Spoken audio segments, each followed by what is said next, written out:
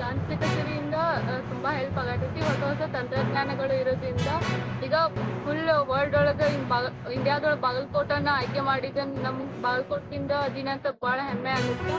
ಹಿಂಗ ಹೊಸ ಹೊಸ ತಂತ್ರಜ್ಞಾನಗಳು ಬೆಳೀಲಂತ. ಆಫೀಸಿಗೆ ಗ್ರಾಹಕನಾಗಿದ್ದೀನಿ. ಸದಾಕಾಲ ಬಂದು ನನ್ನ ಪೋಸ್ಟ್ಗಳನ್ನ ಇಲ್ಲಿಂದ ಪೋಸ್ಟ್ ಮಾಡ್ತಿರ್ತೀನಿ ಬೇರೆ ಬೇರೆ ಊರುಗಳಿಗೆ. ಈಗ ಪೋಸ್ಟ್ ಆಫೀಸ್ ಏನು ಡಿಜಿಟಲ್ ಆಗ್ತಿದೆ, ಇದು ಬಹಳ ಸಂತೋಷಕರ ವಿಷಯ.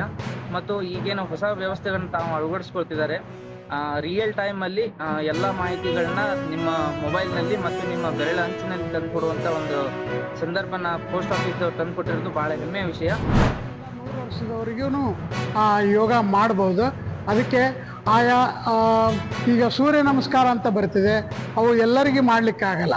ಆಮೇಲೆ ಸರ್ಟೆನ್ ಏಜ್ನವರು ಅದನ್ನು ಸೂರ್ಯ ನಮಸ್ಕಾರ ಮಾಡಿ 12 ಸೂರ್ಯ ನಮಸ್ಕಾರ ಇತ್ತು ಆ ಮಂತ್ರದೊಂದಿಗೆ ಮಾಡಿದರೆ ಅದ್ಭುತ ಶಕ್ತಿ ಸಂಚಾರ ಆಗುತ್ತೆ.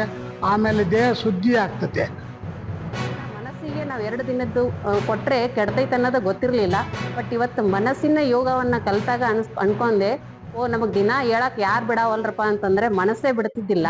ಇವತ್ತು ಅದಕ್ಕೆ ನಾವು ಸರಿಯಾಗಿ ಯೋಗ ಕಲ್ತ್ವಿ. ಇವತ್ತು ಆ ಮನಸ್ಸಿಗೆ ಕರೆಕ್ಟಾಗಿ ನಾವು ಒಳ್ಳೆ ರೀತಿಯಲ್ಲಿ ಜ್ಞಾನವನ್ನು ಕೊಟ್ಟರೆ ಅದು ನಮ್ಮ ದೇಹಕ್ಕೆ ಒಳ್ಳೆಯ ಆರೋಗ್ಯವನ್ನು ವೃದ್ಧಿಸುತ್ತೆ.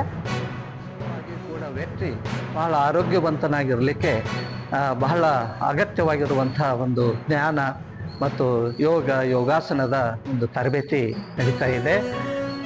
ನಾನಂತೂ ಇಲ್ಲಿ ಈಶ್ವರಿ ವಿಶ್ವವಿದ್ಯಾಲಯದಲ್ಲಿ ವಿದ್ಯಾರ್ಥಿಯಾಗಿ ಹಲವಾರು ವರ್ಷಗಳಿಂದ ಈ ಶಿಕ್ಷಣವನ್ನು ನಾನು ಪಡಿತಾ ಇದ್ದೇನೆ.